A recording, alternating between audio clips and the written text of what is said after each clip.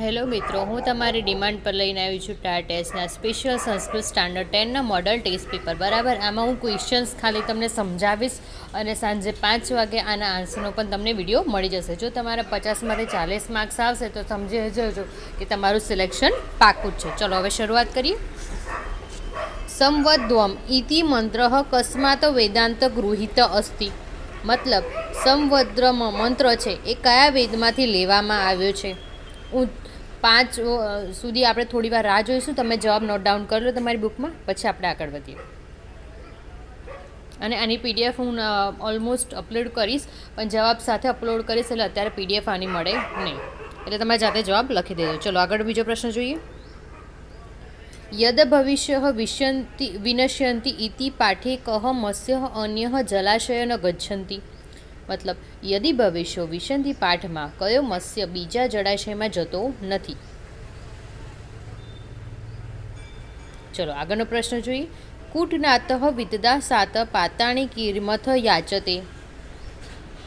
મતલબ કૂટનાથ જે છે વિદદાસ પાસે વાસણો કેમ માંગે છે.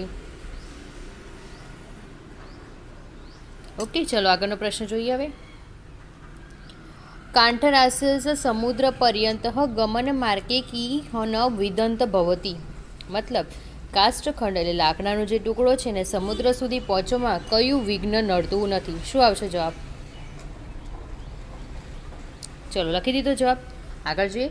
શક્તિકુમાર કતિ પ્રસ્થ ધાન્ય ગૃહંતી. શું આવશે જવાબ એમાં? ટ્રાન્સલેટ કરું છું ગુજરાતીમાં. શક્તિકુમાર કેટલા પ્રસ્થ ડાંગર લઈને પત્નીની શોધમાં નીકળે છે. લખી દીધો જવાબ. ચલો આગળ વધીએ. ચક્ષુ માનસ્ય કાઠ એવમ ઇત્રત્ર કસ્ય સ્વભાવ નિર્દશ્યતે. શક્તિકુમારને ચક્ષુ કુષ્માનને કારણ એવો, એટલે આ વાક્યમાં કોના ક્રોધિત સ્વભાવ પર કટાક્ષ છે. લખી દીધો જવાબ. તમે એબીસીડી લખશો તો બી વાંધો નથી, અને પછી મને તમે કોમેન્ટમાં જવાબ કહેજો કે તમારા કેટલા સાચા પડ્યા, 50માંથી તમારા કેટલા માર્ક્સ આવ્યા. ઓકે, ચલો આગળ જોઈએ. ગીતા અનુસાર કહ ભક્ત પ્રિય. ગીતા મુજબ કયો ભક્ત ભગવાનને પ્રિય છે. ઓકે, આગળનો પ્રશ્ન જોઈએ. હવે જયંતી તે સુક્યંતી ન ઇતિ શ્લોક કસ્ય વિષય અસ્તિ. મતલબ જયંતી તે સુકૃતિનો રસ સિદ્ધા કવિશ્વરા. આ પંક્તિમાં કયા વિષય પર છે. લખાઈ ગયો જવાબ. ચલો આગળ જોઈએ. સિદ્ધહેમ શબ્દાનુશાસન કશ્ય પ્રેરણાએ રચિતમ. સિદ્ધહેમ શબ્દાનુશાસનની રચના કોની પ્રેરણાથી થઈ હતી. ઓકે, ચલો આગળ વધીએ. અભ્યુત્થાનમ ઇત્યસ્ય અર્થ કહ. અભ્યુત્થાન ધર્મસ્ય શ્લોકમાં અભ્યુત્થાનમનો અર્થ શું થાય છે. લખી દીધો જવાબ. ચલો આગળ વધીએ. વ્યાકરણ વિભાગમાં હવે થોડા પ્રશ્નો લીધા છે. શ્રુત્વા ઇતિ કહ કૃદંત. અને આ મોસ્ટ ઇમ્પોર્ટન્ટ ક્વેશ્ચન્સ જ છે. બરાબર, આગળ જોઈએ.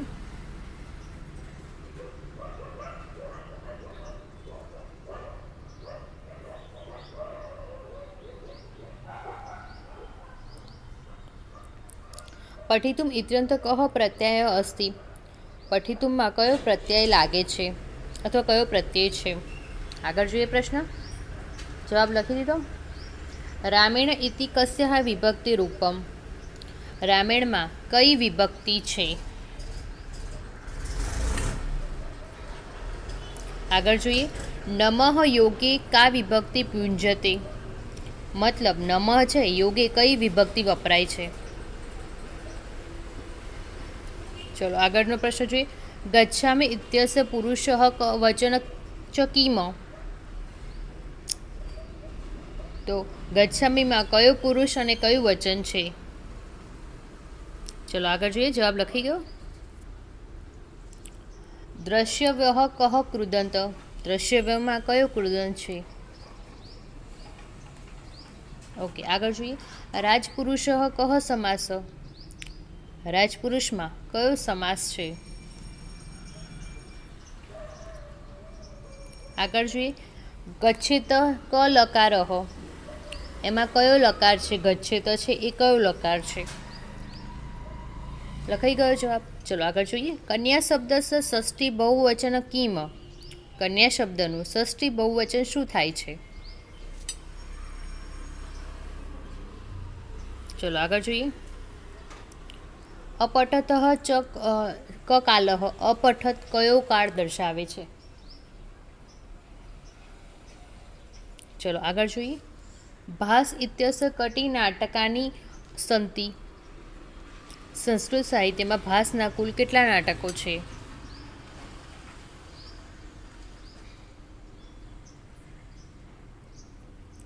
કાદંબરી કસ્ય કૃતિ? કાદંબરી છે કોની ગદ્ય કૃતિ છે? લખાઈ ગયો જવાબ. ચલો આગળ જોઈએ. નીતિશક્તમ કસ્ય રચના? નીતિશક્તમના રચયિતા કોણ છે? આગળ જોઈએ. મહાભારત કસ્ય કૃતિ? મહાભારતના લેખક કોણ છે?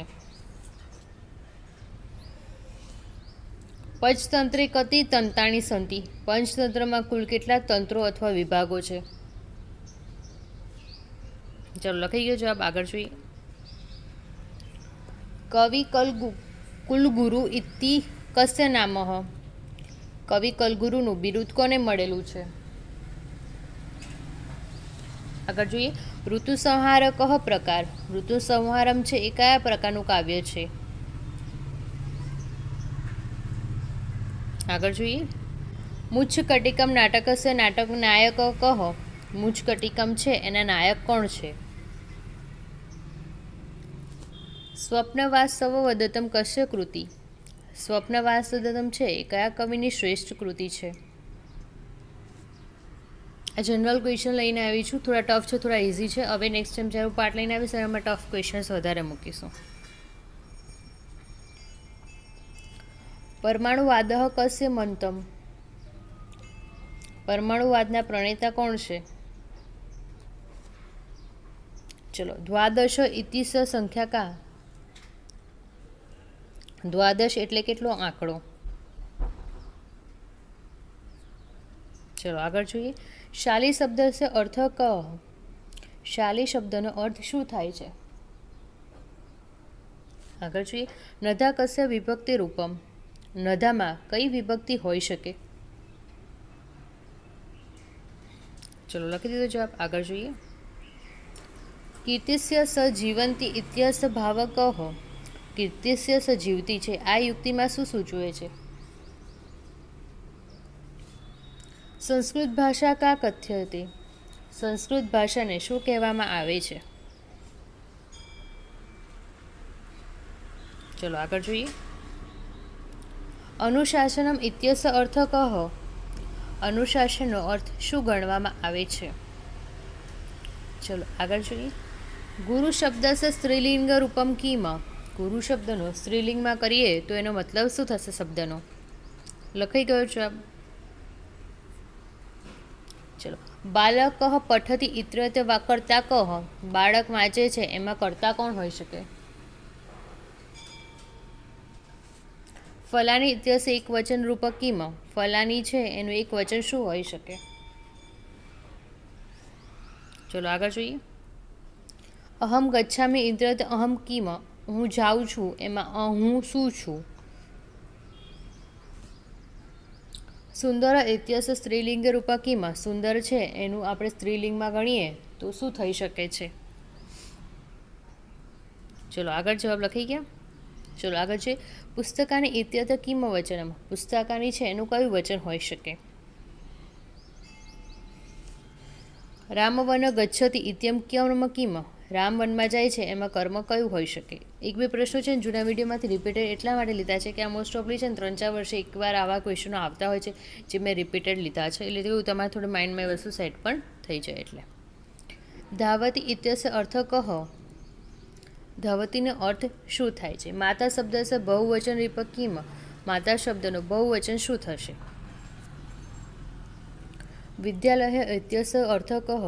વિદ્યાલયનો અર્થ શું થશે? ક્રીડંતી ઇત્ય કહ પુરુષ? ક્રીડંતી રમતું જે છે એનો પુરુષનું સ્વરૂપ શું થશે? કયો પુરુષ આવશે એમાં? ચલો આગળ જોઈ લઈએ. ત્વમ પઠસि ઇત્યન્તે ત્વમ કિમ? જલમ કस्य પ્રકારस्य શબ્દ? ચલો આગળ જોઈએ. વિદ્યા શબ્દस्य અર્થ કહ. ઓકે, થઈ ગયું. જવાબ લખે. સાંજે 5 કાં તો 6 વાગે આના જવાબનો વિડીયો એક અપલોડ થઈ જશે. બરાબર, તમે સોલ્વ કરી દેશો અને મને જેટલો બી જવાબ તમારા આવ્યા હોય મને કોમેન્ટમાં જણાવજો, તો મને બી ખબર પડે કે તમે કેટલા માર્ક્સ લાવી શકો છો. બરાબર, અને નેક્સ્ટ ટાઈમ હું એના માટે ટફ ક્વેશ્ચન્સ લઈને આવીશ. બરાબર, all the best for exam. Paper સારી રીતે સોલ્વ કરો અને કોન્ફિડન્સ સાથે પેપર લખો. Thank you so much. અને તમને વિડીયો ગમ્યો હોય તો પ્લીઝ લાઈક શેર સબસ્ક્રાઈબ કરવાનું ભૂલતા નહીં.